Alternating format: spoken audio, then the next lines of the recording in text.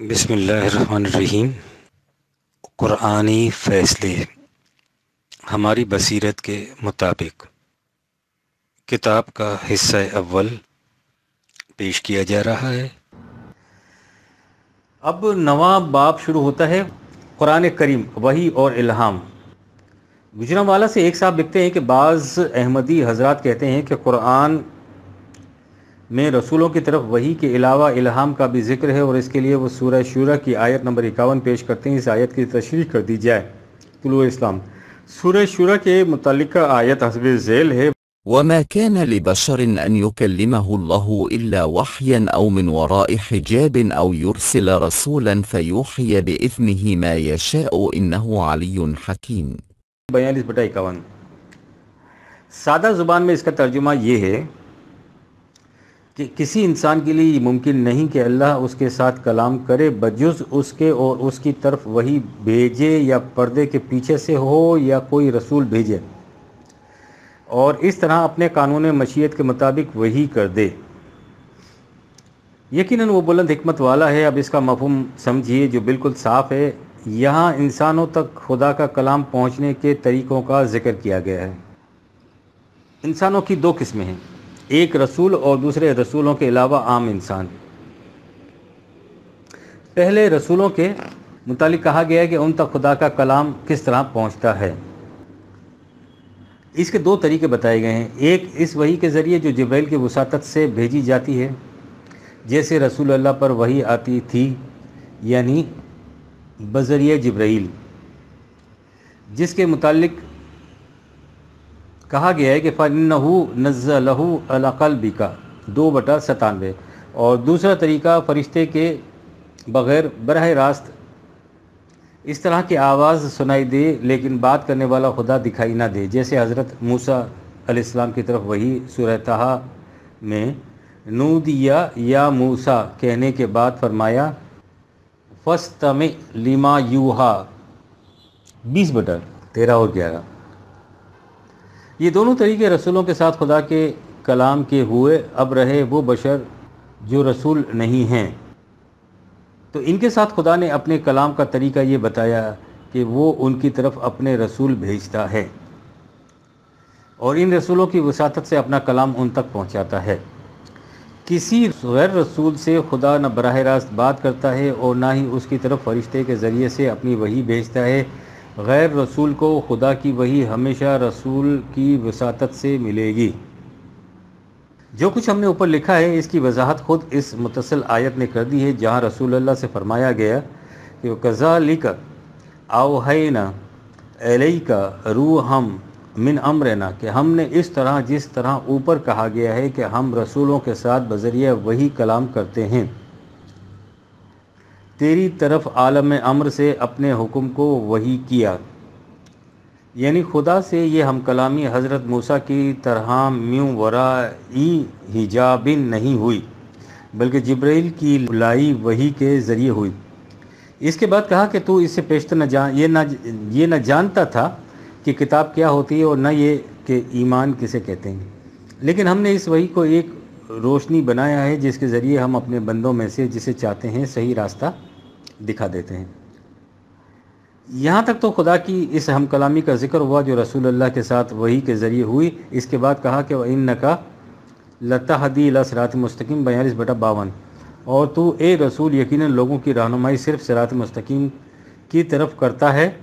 اس طرح غیر رسول انسانوں تک خدا کا کلام پہنچ جاتا ہے، یعنی رسول کی وساطت سے۔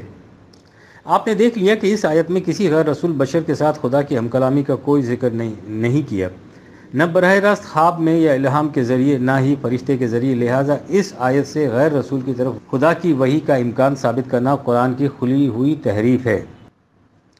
قرآن کریم میں الہام یا کشف کا کوئی ذکر نہیں۔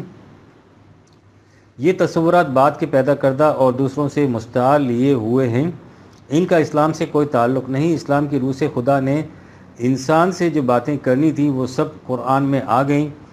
اس کے بعد وحی یعنی خدا سے براہ راست علم حاصل کرنے کا دروازہ بند ہو گیا، قرآن محفوظ کر دیا گیا۔ الہام کا تصور در حقیقت باب نبوت کو از سر نو کھولنے کی نہایت لطیف اور مقدس تدبیر تھی، جس نے امت کو قرآن سے بیگانہ کر کے فتنوں کا دروازہ کھول دیا۔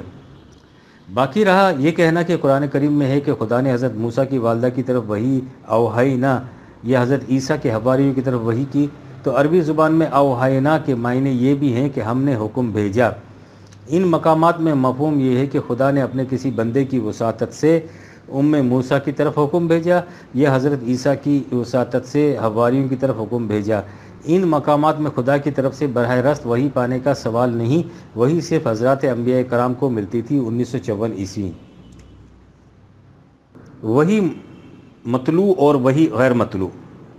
کراچی کے قارئین میں سے ایک صاحب نے وحی اور رسالت کے سلسلے میں متعدد نکات کی وضاحت چاہی ہے، انہی سوال اور جواب کی شکل میں درج ذیل کیا جاتا ہے۔ واضح رہے کہ اس قسم کے استفسارات وقتاً فوقتاً طلوع اسلام میں آتے رہتے ہیں، لیکن چونکہ اس مقام پر یہ سب یکجا سامنے آ جائیں گے اس لیے ان کی افادی حیثیت بڑھ جائے گی۔ سوال: قرآن میں ہے کہ اللہ تعالیٰ نے ہر نبی کو وحی دی، لیکن ہر نبی کو کتاب نہیں ملی۔ اس سے ظاہر ہے کہ وحی کتاب کے ساتھ مختص نہیں، لہذا ثابت ہوا کہ وحی قرآن کے باہر بھی ہے۔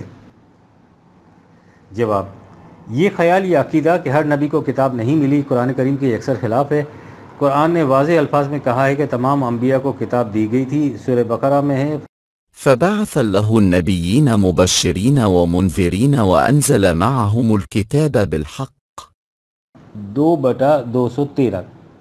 سو اللہ نے انبیاء کو مبعوث کیا، خوشخبری دینے والے اور آگاہ کرنے والے، اور ان سب کے ساتھ معہم حق کے کتاب نازل کی۔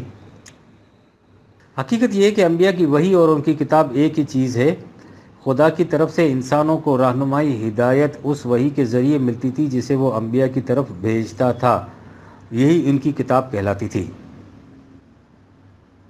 چونکہ ہم اپنی اصطلاح میں کتاب اس محسوس چیز کو کہتے ہیں جو بک کی شکل میں ہمارے ہاتھوں میں ہوتی ہے، اس لیے ہم نے سمجھ لیا ہے کہ نبی کی کتاب اس قسم کی کوئی چیز ہوگی جو اسے بنی بنائی آسمان سے ملتی ہوگی، اور جس نبی کو اس قسم کی کتاب نہیں ملتی ہوگی اسے خالی وحی ملتی ہوگی۔ یہ تصور بالکل طفلانہ ہے۔ کسی نبی کو اس کی کتاب آسمان سے بنی بنائی نہیں ملتی تھی، اسے خدا کی طرف سے وحی ملتی تھی، یہی وحی اس کی کتاب تھی۔ جب وہ وحی ایک کتابی شکل میں لکھ دی جاتی تھی تو وہ ہماری اصطلاح میں کتاب بن جاتی تھی۔ جب قرآن نبی اکرم پر نازل ہوتا تھا تو وہ آپ کی وحی بھی تھا اور آپ کی کتاب بھی۔ جب اس وحی کو حضور نے لکھ کر امت کو دے دیا تو وہ ہماری اصطلاح میں کتاب بن گئی۔ اگر غور سے دیکھا جائے تو ہم بھی جس چیز کو کتاب اللہ کہتے ہیں وہ گتے اور کاغذ کا مجموعہ نہیں ہوتی۔ کتاب اللہ در حقیقت وہ الفاظ ہوتے ہیں جو ان کاغذوں پر لکھے ہوتے ہیں۔ یہی وجہ ہے کہ جب ایک حافظ قرآن پڑھتا ہے تو اگرچہ اس کے سامنے کوئی کتاب نہیں ہوتی، ہم یہی کہتے ہیں کہ وہ کتاب اللہ کی تلاوت کر رہا ہے۔ بہرحال قرآن کی روح سے ہر نبی کی وحی اس کی کتاب ہوتی تھی اور کوئی نبی بغیر کتاب کے نہیں آتا تھا۔ اس خیال کو کہ نبی بغیر کتاب کے آتا ہے مرزا غلام احمد قادیانی نے بڑی شد و مت سے عام کیا۔ ان کا یہ دعویٰ تھا کہ میں نبی ہوں اور رسول نہیں ہوں، اور نبی اور رسول میں فرق یہ ہوتا ہے کہ رسول صاحب کتاب ہوتا ہے اور نبی بلا کتاب کے آتا ہے۔ اس سے آپ اندازہ لگا لیجئے کہ مرزا صاحب قرآن سے کس قدر بے بہرا تھے، اور اسی سے اس کا اندازہ کر لیجئے کہ جو لوگ یہ مانتے ہیں کہ نبی بغیر کتاب کے آتا ہے ان کا قرآن کے متعلق علم کس حد تک ہوتا ہے۔ اسی ضمن میں ایک اور دلچسپ بات سامنے آتی ہے۔ جو لوگ قرآن سے بے بہرا ہونے کی وجہ سے یہ سمجھتے ہیں کہ کچھ نبی صاحب کتاب ہوتے ہیں اور کچھ بغیر کتاب کے، وہ انبیاء کو دو گروہ میں تقسیم کر دیتے ہیں۔ ایک وہ گروہ جنہیں کتاب ملی، دوسرا وہ جنہیں وحی تو ملی لیکن کتاب نہیں ملی۔ جس گروہ کو کتاب نہیں ملی ان کی وحی ان کے خیال کے مطابق کتاب سے باہر رہی، لیکن جن انبیاء کو کتاب مل گئی ان کی وحی کتاب کے اندر آ گئی، جیسے رسول اللہ کو کتاب ملی، لہٰذا ان کی وحی اس کتاب کے اندر آ گئی۔ وَأَوْحِيَ إِلَيَّ هَٰذَا الْقُرْآنُ 6/19۔ لیکن اس کے باوجود لوگ خود اپنی تقسیم کے خلاف یہ بھی مانتے ہیں کہ جن انبیاء کو کتاب ملی ان کی وحی کا کچھ حصہ تو کتاب کے اندر آ گیا اور کچھ حصہ کتاب کے باہر رکھا گیا۔ اسی سے وہ یہ دلیل لاتے ہیں کہ رسول اللہ کی وحی کا ایک حصہ قرآن میں ہے اور دوسرا حصہ احادیث میں۔ ایسا کیوں کیا گیا؟ اس کے متعلق مولانا ابو العالی مودودی صاحب نے یہ جواب دیا تھا کہ اگر تمام وحی قرآن کے اندر رکھ دی جاتی تو اس سے اس کی ضخامت بہت بڑھ جاتی، اور ان کی جماعت کے ایک اور صاحب نے یہ ارشاد فرمایا تھا کہ اس زمانے میں سامان کتابت کی اتنی کمی تھی کہ قرآن کو تو کسی نہ کسی طرح پتوں اور ہڈیوں وغیرہ پر لکھ لیا گیا، لیکن باقی وحی کے لکھنے کے لیے سامان میسر نہیں آ سکتا تھا۔ یا للعجب، جو لوگ ان جوابات پر تو ہنستے ہیں لیکن اس کے باوجود یہ عقیدہ رکھتے ہیں کہ وحی کا کچھ قرآن کے اندر آ گیا ہے اور باقی باہر ہے، وہ بھی اس کا کوئی معقول جواب نہیں دے سکتے کہ ایسی تقسیم کیوں کی گئی، اور جو حصہ قرآن سے باہر رکھا گیا تھا اس کی حفاظت کا رسول اللہ نے کیا انتظام فرمایا تھا۔ ظاہر ہے کہ اس دوسرے حصے کی حفاظت بھی بالکل اسی طرح سے ہونی چاہیے تھی جس طرح پہلے حصے قرآن کی حفاظت کی گئی تھی، اور وہ بھی امت کے پاس حرفاً یقینی اور حتمی طور پر محفوظ ہونا چاہیے تھا۔ سوال: قرآن میں رسول اللہ کے متعلق ہے وَمَا يَنْطِقُ عَنِ الْهَوَىٰ إِنْ هُوَ إِلَّا وَحْيٌ يُوحَىٰ 53(3 اور 4). اس سے ظاہر ہے کہ رسول اللہ جو کچھ اپنی زبان مبارک سے ارشاد فرمایا کرتے تھے وہ سب وہی ہوتا تھا، اس لیے اقوال و افعال رسول اللہ میں یہ فرق کرنا کہ اتنا حصہ وحی کی روح سے تھا اور باقی حصہ وحی کی روح سے نہیں تھا، قرآن کے خلاف ہے۔ جواب: یہ صحیح نہیں کہ حضور جو کچھ ارشاد فرماتے تھے وہ خدا کی طرف سے وحی ہوتا تھا۔ خود قرآن کریم میں کئی ایک مقامات ایسے ہیں جن میں رسول اللہ سے کہا گیا ہے کہ آپ نے ایسا کیوں کیا۔ اب ظاہر ہے کہ جو کچھ حضور نے کیا یا کہا تھا وہ بھی وحی خداوندی تھا، تو پھر خدا نے ایسا کیوں کہا کہ آپ نے ایسا کیوں کیا تھا۔ اس باب میں حضرت زید رضی اللہ عنہ کا واقعہ بھی ایک واضح دلیل ہے اس امر کی کہ حضور کا ہر ارشاد وحی نہیں ہوتا تھا۔ قرآن کریم میں ہے کہ نبی اکرم نے حضرت زید سے فرمایا کہ امسیکا علیکا زوجکا 33/37 اپنی بیوی کو طلاق مت دو، اور اس کے بعد ہے کہ حضرت زید نے اس کے باوجود اپنی بیوی حضرت زینب کو طلاق دے دی۔ اب سوال یہ ہے کہ اگر نبی اکرم کا ہر ارشاد وحی کے بنا پر اور رسول کی حیثیت سے تھا تو جو کچھ آپ نے حضرت زید سے فرمایا تھا وہ بھی بربنائی وحی اور بحیثیت رسول تھا۔ اس صورت میں اس حکم نبوی کی خلاف ورزی معصیت رسول ہو گئی، اور یہ ظاہر ہے کہ قرآن کی روح سے معصیت رسول کیسا عظیم جرم ہے۔ تو کیا اس سے یہ سمجھا جائے کہ حضرت زید معاذ اللہ معصیت رسول کے جرم کے مرتکب ہوئے تھے؟ وہ حضرت زید جن کے متعلق خدا کا ارشاد ہے کہ ان عم اللہ علیہ و ان امت علیہ 33/37، اس کا تصور بھی نہیں کیا جا سکتا۔ اس سے لامحالہ یہی ماننا پڑے گا کہ حضور کا یہ ارشاد نہ بربنائے وحی تھا اور نہ بحیثیت رسول، بلکہ ایک ذاتی مشورہ تھا جسے نہ ماننے کا حق حضرت زید کو حاصل تھا۔ اس سے یہ بھی واضح ہے کہ حضور کی ہر بات وحی کی روح سے نہیں ہوتی تھی۔ ما ینطق عن الہویٰ کی آیت کے معنی یہ ہیں کہ جس چیز کو وحی کہا جاتا ہے وہ، جیسا کہ عام مفکرین کا خیال ہے، نبی کے اپنے خیالات نہیں ہوتے، وہی خدا کی طرف سے ملتی تھی جس میں نبی کے اپنے خیالات و جذبات و تصورات کا کوئی دخل نہیں ہوتا تھا۔ یہ آیت وحی کی خارجیت، آبجیکٹیویٹی یعنی اس کے منزل من اللہ ہونے کا اعلان ہے، اس بات کا بیان نہیں کہ نبی اکرم جو بات بھی کرتے تھے وہ وحی ہوتی تھی۔ 1957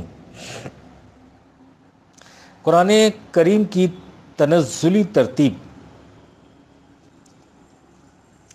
گزشتہ دنوں پشاور میں پاکستان ہسٹری کانفرنس کے سالانہ اجلاس کی صدارت کرتے ہوئے محترم مولانا صاحب نے ایک خطبہ ارشاد فرمایا جس میں اس امر پر زور دیا گیا کہ سب سے اہم کام کرنے کا یہ ہے کہ قرآن کریم کی آیات اور سور کے نزول کی تاریخ متعین کی جائے۔ اس ضمن میں انہوں نے فرمایا، تاریخ قرآن سے میرا منشا یہ ہے کہ اس کلام مقدس کی آیات اور سور کے از منع و امکنائے نزول کے تعین کی صحیح کی جائے۔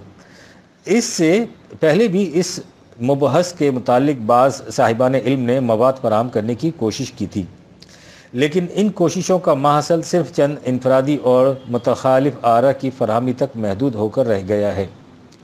لہٰذا ان کتابوں کی مدد سے کسی صحیح نتیجے پر پہنچنا ہمارے لیے بہت مشکل بلکہ تقریباً ناممکن ہے۔ حالانکہ اسلام کے تمام عوامر و نواہی نیز سیاسی اور اخلاقی تعلیمات کو سمجھنے کے لیے قرآن حکیم کی ترتیب نزولی کا تعین از حد ضروری ہے، اس لیے کہ قرآن مسلمانوں کی حیات ملی کا ایک مکمل نظام ہے۔ 23 سال کی طویل مدت میں ضرورت اور حالات کے تقاضے کے مطابق اس کا ایک ایک حصہ حضرت صلی اللہ علیہ وسلم پر نازل ہوتا رہا، اور امت کی صلاحیت کی بنا پر اس میں تدریجی اضافہ ہوتا رہا۔ اوقات نزول کے تعین سے ہمیں پتہ لگ سکے گا کہ اس وقت امت کی مذہبی، اخلاقی، سماجی اور معاشرتی حالت کیا تھی، اور ہمارے کریم و حکیم رب نے ایک بگڑی ہوئی قوم کی تربیت اور اصلاح کے لیے کن کن تعمیری مدارس کی وساطت سے اسے منازل ارتقاء کی طرف لے جانا چاہا۔ اس سے غافل رہنے کا نقصان یہ ہوگا کہ اللہ کے بندے اپنے مالک کی عطا کی ہوئی رخصتوں اور رعایتوں سے محروم ہو جائیں گے، اور ان کی اصلاح عملاً ناممکن ہو جائے گی۔ عالم اسلامی کے موجودہ مجاہدہ حیات کے دور میں خداوند کریم کی اس شان ربوبیت کی طرف متوجہ ہونے کی اشد ضرورت ہے۔ نمبر 2، قرآن مجید کی 500 آیتوں کو ہمارے متقدمین نے منسوخ قرار دے رکھا تھا۔ اکثر فقہی اور تفسیری مباحث میں اب بھی العموم ناسخ و منسوخ کے دعاوی پیش کیے جاتے ہیں۔ ہر شخص جانتا ہے کہ ناسخ حکم سے منسوخ حکم کا پہلے صادر ہونا ضروری ہے، لیکن جب تک مختلف صورتوں کے نزول کی تاریخ متعین نہ ہو، اس وقت تک کسی صورت کی کسی آیت کو منسوخ قرار دینا درست نہ ہو سکے گا۔ اس لیے صورتوں کی ترتیب نزول کو دریافت کرنا ضروری ہے۔ دوسری طرف منکرین نسخ کے لیے بھی استدلال کے وقت اس تعین کی ضرورت پیش آتی ہے۔ چنانچہ قائلین و منکرین نسخ کے مباحثے کی ضمن میں ایسی مثالیں اکثر ملتی ہیں جہاں صرف دعوی نسخ کو برقرار رکھنے کے لیے بعد کی نازل شدہ سورہ کی بعض آیت کو قبل کا نازل شدہ بتایا جاتا ہے۔ خطرناک تجویز۔ اس تمام احترام کے باوجود جو صاحب کا ہمارے دل میں ہے، ہم یہ کہے بغیر نہیں رہ سکتے کہ وہ اس باب میں روش عامہ میں بہہ گئے ہیں، اور انہوں نے اس پر غور نہیں کیا کہ جو کچھ انہوں نے کہا ہے قرآن کے متعلق وہ کیا نتیجہ پیدا کرتا ہے۔ حقیقت یہ ہے کہ امت کے دل میں قرآن کی طرف سے شکوک و شبہات پیدا کرنے کی جو مذموم کوششیں کی گئی ہیں، ان میں سے ایک یہ بھی تھی کہ اس خیال کو عام کر دیا گیا کہ جب تک قرآن کی آیات کے متعلق یہ معلوم نہ ہو کہ وہ کب نازل ہوئیں اور ان کا شان نزول کیا تھا، قرآن کی تعلیم سمجھ میں نہیں آ سکتی۔ اس کے ساتھ ہی اس خیال کو بھی عام کیا گیا کہ رسول اللہ صلی اللہ علیہ وسلم قرآن کو مرتب کر کے امت کو دے کر نہیں گئے تھے، بلکہ یوں ہی منتشر حالات میں چھوڑ گئے تھے۔ آپ کی وفات کے بعد قرآن کو مرتب کرنے کی کوشش کی گئی۔ ان کوششوں کو 2 حصوں میں تقسیم کیا جاتا ہے۔ شیعہ حضرات کی طرف سے کہا جاتا ہے کہ جب حضرت ابو بکر اور عمر وغیرہ خلافت کے پیچھے پڑے ہوئے تھے تو حضرت علی رضی اللہ عنہ ایک گوشے میں بیٹھے قرآن کی جمع و تدوین کے اہم کام میں مصروف تھے۔ چنانچہ کہا یہ جاتا ہے کہ آپ نے نزول کی ترتیب کے مطابق قرآن کو مرتب کیا، لیکن اس کے برعکس دوسرے صحابہ نے قرآن کو اس شکل میں مرتب کیا جس میں وہ آج ہمارے پاس ہے، اور جس میں تنزیلی ترتیب کا کوئی خیال نہیں رکھا گیا۔ چنانچہ شیعہ حضرات کا عقیدہ ہے کہ قرآن حضرت علی کے جمع کردہ صحیفے ہی سے سمجھ میں آ سکتا ہے، یہ صحیفہ کہیں محفوظ ہے اور ایک دن باہر آئے گا، اس وقت صحیح قرآن سمجھ میں آ سکے گا۔ اب ذرا سمجھیے کہ بات کیا ہوئی۔ کہا یہ گیا ہے کہ قرآن اسی صورت میں سمجھ میں آ سکتا ہے جب اس کی ترتیب نزول ہمارے سامنے ہو۔ موجودہ قرآن جسے حضرت علی کو چھوڑ کر دوسرے صحابہ نے مرتب کیا تھا، ترتیب نزول کے مطابق نہیں ہے، اور ترتیب نزول کے مطابق وہ قرآن ہے جسے حضرت علی نے مرتب فرمایا تھا۔ ان خیالات سے غیر شیعہ مسلمان کس حد تک متاثر ہوئے، اس کا اندازہ اس سے لگایا جا سکتا ہے کہ خود یہ بھی ایک ایک آیت کا زمانہ نزول و شان نزول تلاش کرنے لگ گئے۔ چنانچہ آپ ان کی تفاسیر میں دیکھیے کہ ہر آیت کی تفسیر اس کی شان نزول کے ماتحت کی جاتی ہے۔ بالفاظ دیگر انہوں نے اس قرآن کو تو توان و کرہن تسلیم کر لیا جسے عام صحابہ نے مرتب کیا تھا، لیکن اس کے قائل رہے کہ قرآن در حقیقت نزولی ترتیب کی روشنی ہی میں سمجھا جا سکتا ہے۔ ہم اس حقیقت کو بدلائل و شواہد بیان کر چکے ہیں کہ عقیدہ یکسر باطل ہے کہ رسول اللہ صلی اللہ علیہ وسلم قرآن کو ایک مرتب شکل میں نہیں دے گئے تھے۔ جو قرآن اس وقت ہمارے ہاں موجود ہے، رسول اللہ صلی اللہ علیہ وسلم اسے اسی صورت میں مرتب کر کے امت کو دے کر گئے تھے۔ اس حقیقت کے بعد یہ سوال پیدا ہوتا ہے کہ اگر مولانا صاحب کے الفاظ میں اسلام کے تمام عوامر و نواہی نیز سیاسی و اخلاقی تعلیمات کو سمجھنے کے لیے قرآن حکیم کی ترتیب نزولی کے تعین ازد ضروری ہے، تو خود رسول اللہ صلی اللہ علیہ وسلم نے قرآن کو نزولی ترتیب کے مطابق مرتب کیوں نہ فرمایا تاکہ قرآن آسانی سے سمجھ میں آ سکتا ہے۔ یہ عجیب بات ہوئی کہ رسول اللہ صلی اللہ علیہ وسلم ایک نئی ترتیب کے مطابق قرآن کو مرتب کر کے دے گئے، اور اس کے بعد امت کو کاوش کر کے تحقیق کرنا پڑا کہ ان آیات و سور کی ترتیب نزول کیا ہے۔ امت کی یہ کاوش و تحقیق بھی جو نتیجہ پیدا کر سکی وہ مولانا صاحب کے الفاظ میں اس سے زیادہ نہیں کہ ان کتابوں کی مدد سے کسی صحیح نتیجے پر پہنچنا ہمارے لیے بہت مشکل ہے، بلکہ تقریباً ناممکن ہے۔ یہ کیسے ممکن ہے؟ مولانا صاحب نے اس مشکل کا حل یہ بتایا کہ اب امت کوشش کرے کہ آیات قرآن کی نزولی ترتیب کا یقینی طور پر تعین ہو جائے۔ ہم دریافت کرنا چاہتے ہیں کہ امت کے پاس وہ ذریعہ کون سا ہے جس سے وہ آیات قرآنی کی ترتیب کو یقینی طور پر متعین کر لے گی۔ اس کے بعد لے دے کہ متقدمین کی کتابیں ہی تو ہیں جس کے متعلق خود مولانا صاحب فرما چکے ہیں کہ ان کے ذریعے ترتیب کا تعین مشکل ہی نہیں بلکہ ناممکن ہے۔ لہٰذا صورتحال یوں ہوئی کہ اسلام کے تمام اوامر و نواہی نیز سیاسی و اخلاقی تعلیمات کو سمجھنے کے لیے قرآن کریم کی ترتیب نزولی کے تعین اسد ضروری ہے۔ یہ تعین ان کتابوں کے ذریعے سے تو ہو نہیں سکتا جو اس موضوع پر متقدمین نے لکھی ہیں، اور ان کتابوں کے علاوہ اور کوئی ذریعہ ہو ہی نہیں سکتا جس سے ہم آج 1400 سال کے بعد یہ طے کر سکیں کہ آیات قرآن کی نزولی ترتیب کیا تھی۔ لہٰذا نتیجہ یہ نکلا کہ قرآن کی تعلیم امت کی سمجھ میں آ ہی نہیں سکتی۔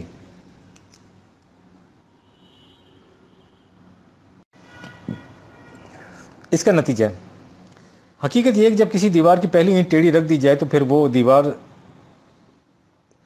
سریہ تک ٹیڑھی ہی جاتی ہے۔ قرآن سمجھنے کی بنیادی اینٹ جو ٹیڑھی رکھ دی گئی ہے وہ عقیدہ یہ ہے کہ قرآن کی آیتیں شان نزول کے بغیر سمجھ میں نہیں آ سکتی۔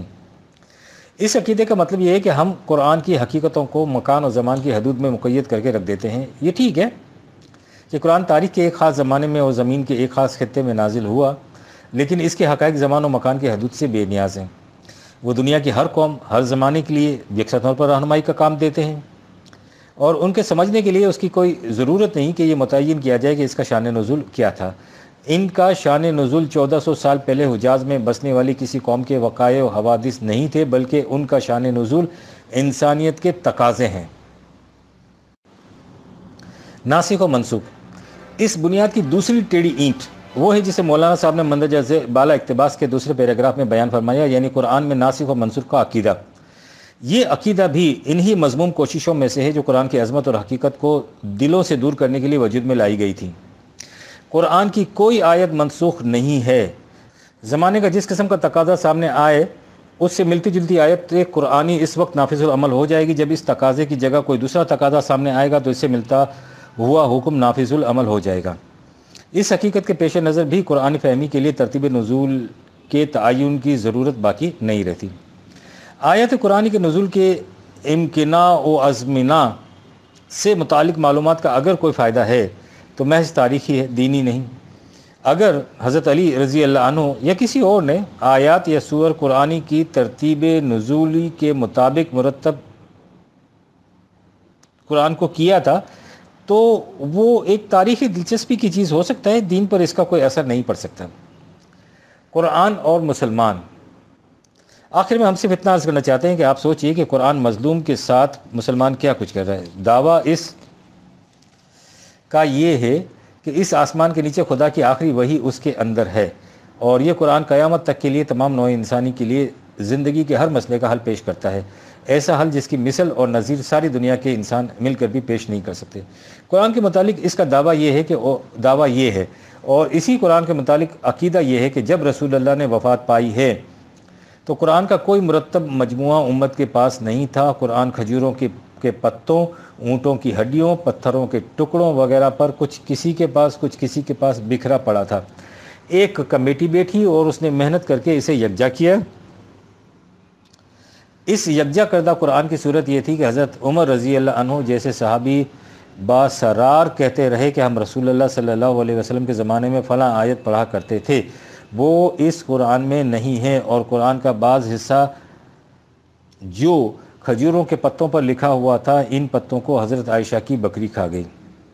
نمبر 2، اس مجموعے کے علاوہ اور جلیل القدر صحابہ مثلا حضرت عبداللہ بن مسعود کے پاس ایسے قرآن تھے جن میں متعدد مقامات پر اس قرآن سے اختلاف تھا۔ یہ اختلافات حجاج بن یوسف کے زمانے تک جاری رہے، اور اس نے جو مجموعہ مرتب کیا جو اس وقت امت کے پاس ہے وہ بھی متعدد مقامات پر سابقہ مجموعوں سے مختلف تھا۔ اس مجموعے میں جو ترتیب ملحوظ رکھی گئی وہ تنزیلی ترتیب سے مختلف ہے، اور قرآن سمجھ میں ہی نہیں آ سکتا تا وقت یہ کہ تنزیلی ترتیب معلوم نہ ہو۔ اس تنزیلی ترتیب کے متعین کرنے کا آج کوئی ذریعہ ہی نہیں ہے۔ وہی نہیں ہے جو قرآن کے اندر آ گئی، اس کے ساتھ اس جیسی اور بھی وحی تھی جو رسول اللہ صلی اللہ علیہ وسلم کی احادیث میں بیان ہوئی۔ اس وحی کے بغیر قرآن کی وحی سمجھ میں ہی نہیں آ سکتی۔ اس وحی کو نہ رسول نے کہیں مرتب فرمایا، نہ آپ کے صحابہ نے۔ یہ رسول اللہ صلی اللہ علیہ وسلم سے قریب 250 سال بعد انفرادی کوششوں سے جمع ہوئی، اور انسانی کوششوں نے ہی اس کے متعلق فیصلہ کیا کہ اس میں فلاں بات صحیح ہے اور فلاں بات غلط۔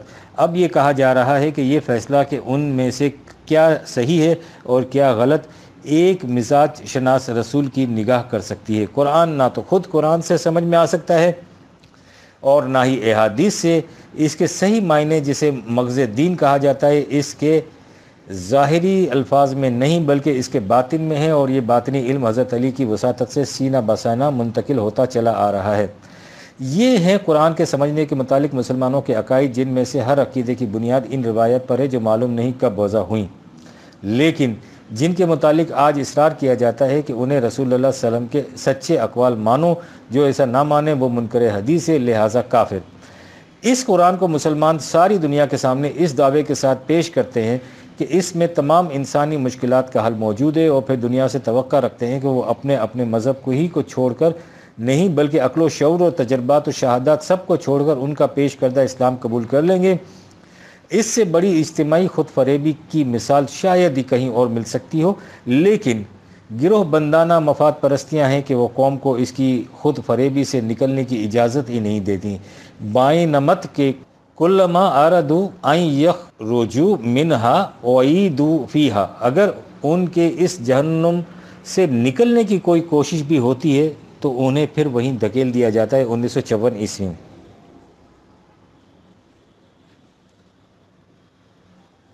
حفاظت قرآن۔ ایک صاحب لکھتے ہیں، روایت و احادیث کے متعلق جو مسلک آپ نے اختیار فرمایا اسے دیکھ کر چند سوالات دل میں پیدا ہو رہے ہیں جو درج ذیل ہیں۔ امید ہے طلوع اسلام کے صفحات میں مدلل جوابات سے ممنون اور مطمئن فرمائیں گے۔ احادیث و روایت کو ضمنی تسلیم کر لینے کے بعد کون سے قطعی ذرائع ہیں جن کی بنا پر ہم موجودہ قرآن کی قطعیت تسلیم کریں، جبکہ یہ قطعی طور پر معلوم ہے کہ علماء حنفیہ و شافعیہ آج تک یہ فیصلہ نہ کر سکے کہ بسم اللہ سورہ فاتحہ کا جز ہے یا نہیں، حالانکہ یہ اختلاف انکار قرآن پر منتج ہوتا ہے۔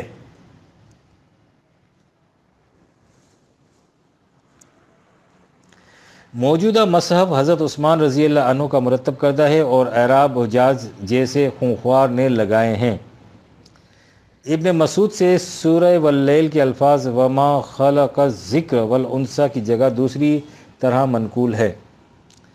تلاوت کے 7 مختلف طریقے مروج ہیں جن میں بسا اوقات مفہوم و معانی میں اختلاف پڑ جاتا ہے۔ آیات منسوخ تلاوت کو آج تک علماء اسلام مانتے چلے آ رہے ہیں۔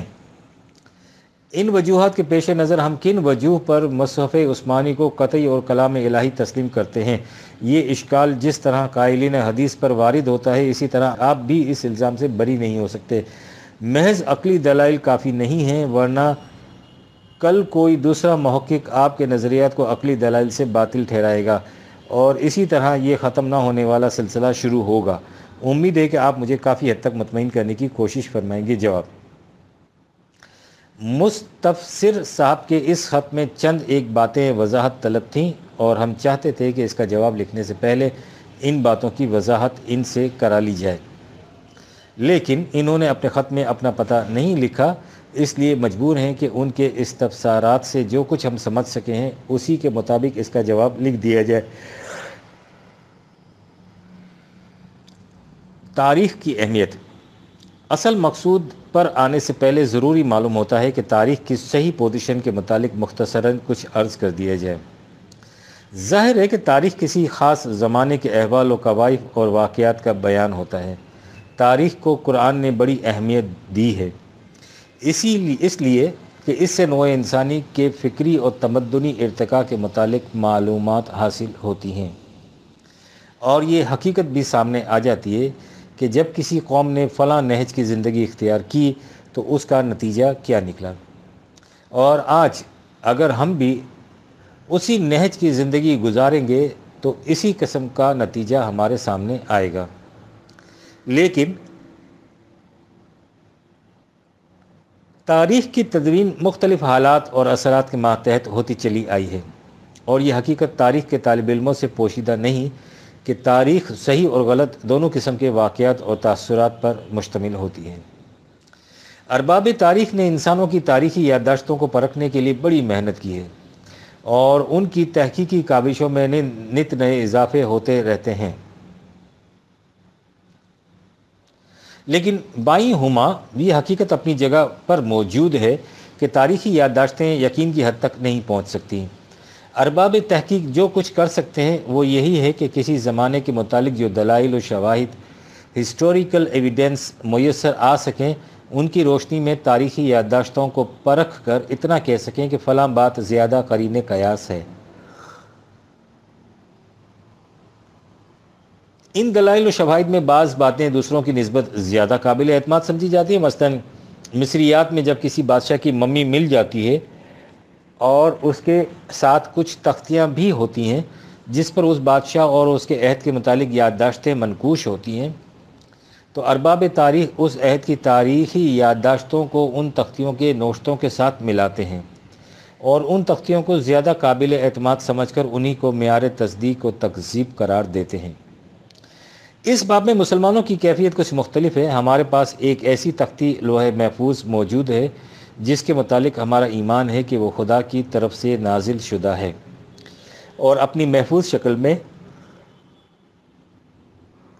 جس میں کسی ایک لفظ کا بھی رد و بدل نہیں ہوا ہے، ہمارے پاس موجود ہے۔ ظاہر ہے کہ جب ہمارے پاس اس قسم کا یقینی ذریعہ علم موجود ہے تو تاریخ کا جس قدر حصہ اس یقینی معیار کے مطابق پرکھا جا سکتا ہے اس کے لیے اسے یقینی معیار قرار دینا ہمارے ایمان کا تقاضا ہے۔ ہم جب کہتے ہیں کہ روایات کو جو ہمارے ایک دور کی تاریخی یادداشتیں ہیں قرآن کے یقینی معیار پر پرکھنا ضروری ہے تو اس سے مفہوم یہی ہوتا ہے۔ تاریخ اور دین کا معاملہ عام تاریخ سے بالکل مختلف ہے۔ عام تاریخ میں جس چیز کو آج صحیح مانا جاتا ہے وہ کل غلط ثابت ہو سکتی ہے، لیکن دین کے لیے ہر وقت یقینی ہونا ضروری ہے۔ دین کی مشینری اسی صورت میں اپنے صحیح نتائج مرتب کر سکتی ہے جبکہ اس کا ایک ایک پرزہ اصلی، اوریجنل اور یقینی جینین ہو۔ اگر اس میں کوئی ایک پرزہ بھی ایسا ہے جس کے متعلق ہم یقین سے نہیں کہہ سکتے کہ یہ اصلی اور حقیقی ہے یا نہیں، تو ہم مشینری کے صحیح نتائج پر کبھی پورا اعتماد نہیں کر سکتے۔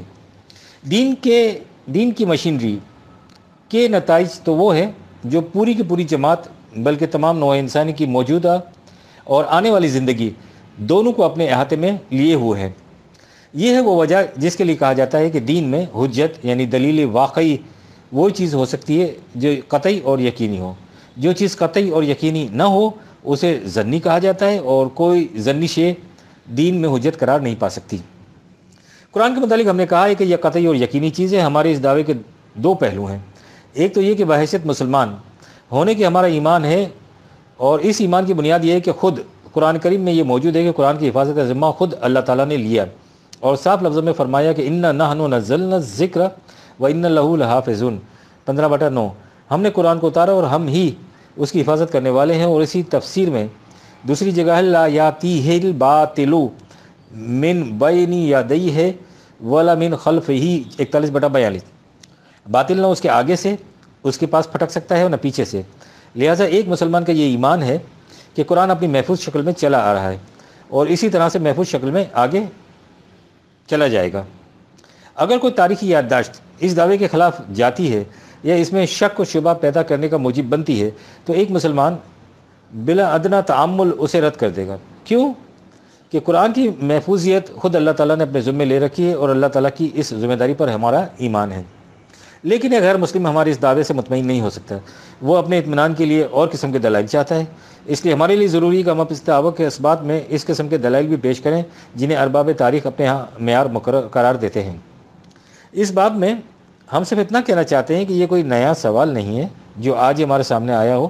مغرب کے محرکین از خود صدیوں سے اس کی تحقیق کر رہے ہیں کہ جو قرآن اس وقت مسلمانوں کے پاس ہے، اس میں اور اس قرآن میں جسے رسول اللہ نے مسلمانوں کو دیا تھا، کوئی اختلاف ہے یا نہیں ہے، اور وہ اپنی پوری تحقیق کے بعد اس نتیجے پر پہنچے ہیں کہ اگرچہ تمام مذہبی صحائف خدا کی طرف سے نازل ہوئے، تاہم صرف قرآن کریم ہی ایک ایسا آسمانی صحیفہ ہے جس میں ذرا بھی رد و بدل نہیں ہوا اور وہ اپنی اصلی شکل میں محفوظ ہے۔